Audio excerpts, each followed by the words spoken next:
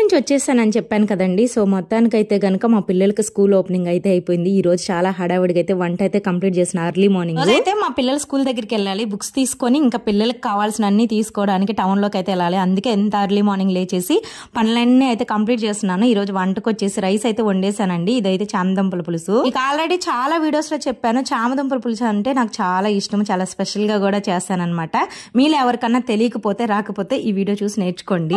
ఒక్కొక్కరు స్టైల్లో చేస్తారు, ఇదైతే నా స్టైల్ అనమాట. చాలా బాగుంటదండి. దీనికి కాంబినేషన్ రాగి సంగటి అయితే బాగుంటది.